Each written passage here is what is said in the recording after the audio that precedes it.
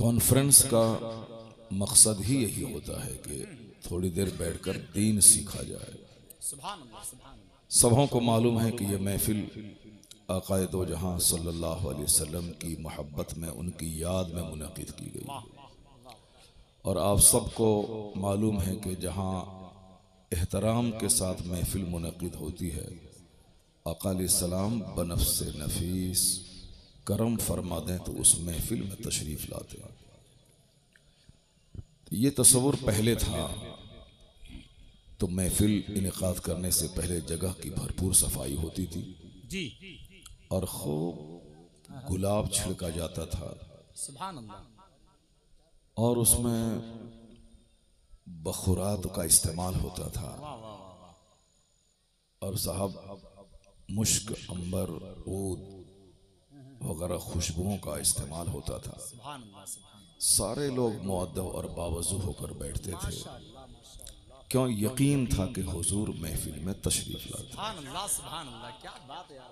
अब धीरे धीरे लोगों की फिक्र भी उजड़ सी गई, इसलिए महफिलों की जो बहार थी, जो लज्जत थी, वो ख़त्म हो गई, और जो अदब था वो भी ख़त्म होता चला गया।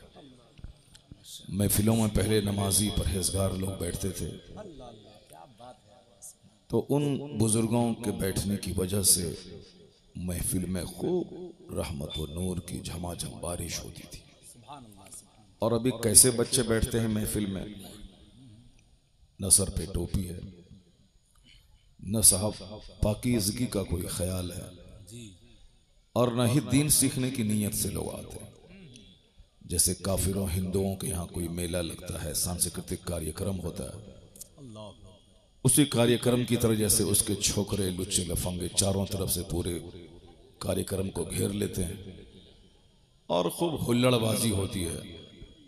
तो हमारे बच्चों ने भी उन्हीं हिंदुओं की धार्मिक सभा की तरह हमारे इस जलसे को एक सभा, एक मेला बना दिया।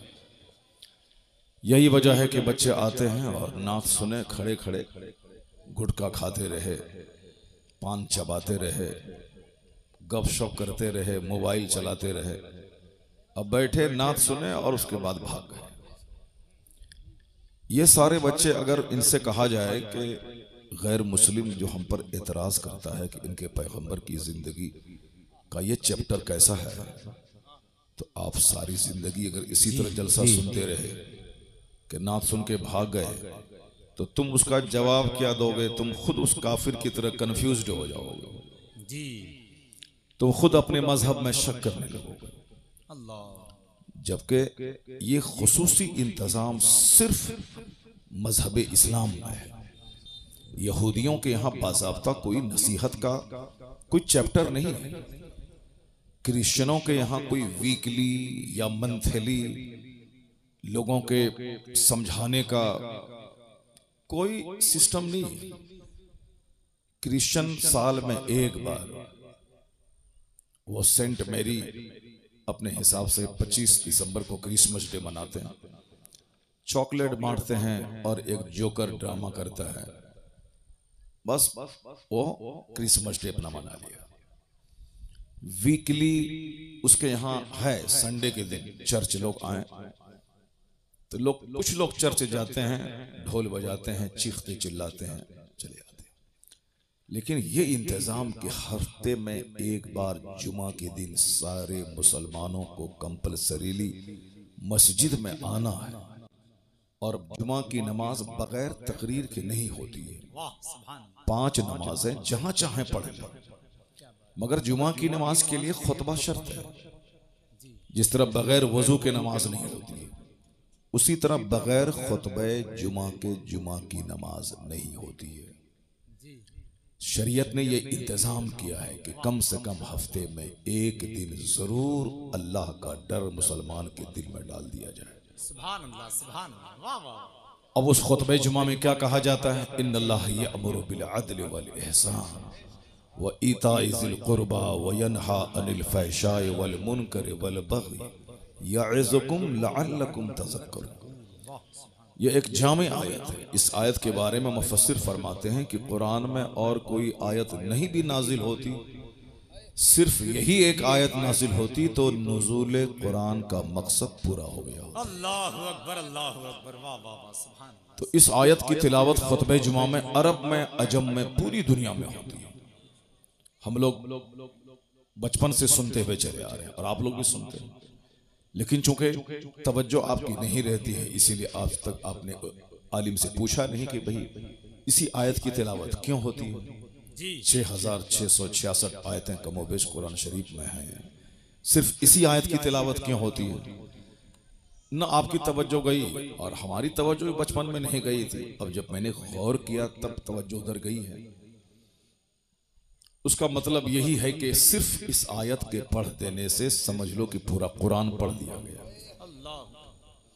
अब उस आयत में क्या कहा जाता है? हर हफ्ते में मैं ये नसीहत, ये वाज की बात कर रहा हूं कि इस्लाम ने कितना जबरदस्त इंतजाम किया है।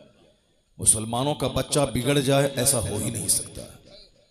मुसलमान आजाद, सरफिरे, बेखौफ, निडर, आखिरत से बिल्कुल बेनियाज ऐसा हो ही नहीं सकता। चूंकि हमारे यहाँ है कि 7 साल के ऊपर के लोगों को नमाज पढ़ना है। मरु औलादकुम बिस्सलात वहम अबनाओ, सबे से अपने बच्चों को हुक्म दो नमाज का जब उसकी उम्र 7 साल हो जाए।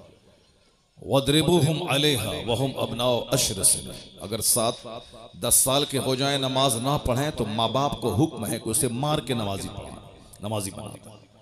जमीन जगह मकान के बारे में कहीं नहीं आया है कि तुम बाप हो बेटे को 5 मकान दे दो, तुम बाप हो अपने बेटे को 10 बीघा जमीन दे दो वरना क़यामत के दिन पूछ होगी। नहीं, ये कहीं नहीं आया।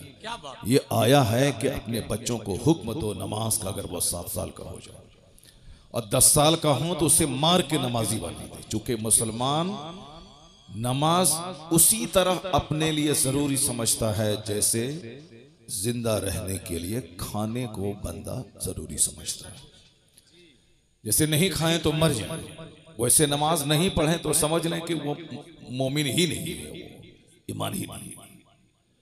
चूंकि लोग समझते ही नहीं हैं, इसलिए से अब बगैर नमाज के भी मोमिन बने रह सकते हैं। एक धारणा बन गई है कि नमाज पढ़ना एक ऑप्शनल मैटर है, पढ़ें तो ठीक है, नहीं पढ़ें तो ठीक है। यही वजह है कि लोगों के दिमाग में इस तरह की बातें आ गई हैं कि नमाज पढ़े बगैर भी मुसलमान रहा जा सकता है और जन्नत जाया जा सकता है। हालांकि ऐसा नहीं है। मुस्लिम शरीफ की हदीस में आया है, बैनल अब्दे वल कुफ्र तर्कुस सलात, एक मोमिन और एक काफिर के दरमियान जो चीज फर्क पैदा करती है वो नमाज। सुभान अल्लाह, सुभान। और क़यामत के दिन सबसे पहला सवाल नमाज का ही होगा। इन्ना अव्वल मा युहासबु बिहिल अब्द यौमल क़यामत सलात। फर्स्ट क्वेश्चन क़यामत के दिन जो होगा वो अबाउट प्रेयर, नमाज के बारे में होगा। अगर बंदा जवाब दे दिया तो अफलहा व अंजा, ही बिकेम सक्सेसफुल, वो कामयाब होगा। अगर जवाब नहीं दे पाया तो फ़क़द ख़ाबा व खसरा, व हिलाक और तबाह हो, बर्बाद हो गया। यह हदीस पाक में आया। अब हर जुमा के दिन जो वाज की हिकमत है वो हिकमत यही है कि चूंकि बंदा फॉरगेटफुल इसका माइंड होता है, भूलने वाला। अभी कुछ सुना 10 मिनट के बाद भूल गया। इंसान है ही ऐसा, ये भूलना भी एक बहुत बड़ी नेमत है। अगर बंदा नहीं भूलेगा तो उसका सीना गम से फट जाएगा। अगर किसी का बाप मर गया 2-4 दिन के बाद अगर वो बंदा बाप के गम को नहीं भूले तो मर जाएगा। किसी की बीवी मर गई, अगर उस पर सच्ची मोहब्बत उससे वो करता था, अगर उस गम को नहीं भूले तो वो बेचारा पागल हो जाएगा। एक प्रोफेसर साहब, एक ऑफिसर साहब थे, उसकी बीवी प्रोफेसर थी। मैं अक्सर कहता हूं कि किस तरह से लोग भूलते हैं और भूलना कितनी बड़ी नेमत है। जिस तरह भूलना एक डिमेरिट है, उसी तरह भूलना एक बहुत बड़ी मेरिट भी है। अगर बंदा नहीं भूले तो मर जाएगा वो। किताबों में आया है कि जब कोई अपने अजीज रिश्तेदार को बंदा दफना के कब्रिस्तान से आता है तो पहले तो रोता था, सीना पीटता था, सर के बाल नोचता था, कैसे जिएंगे माँ के बगैर, बाप के बगैर। लेकिन कब्रिस्तान से लौट के आने के बाद उसको सुकून मिल जाता है। फिर एक दो दिन के बाद धीरे धीरे भूल जाता है कि कोई मेरा बाप था जो मर गया। क्यों ऐसा होता है? दफनाने के बाद जब बंदा लौटता है तो फरिश्ते कब्र से मिट्टी उठाकर उनके रिश्तेदारों के सरों पे फेंक देते हैं और कहते हैं कि इज़हबू, जाओ, इसको भूल जाओ और अपनी फिक्र में लग जाओ।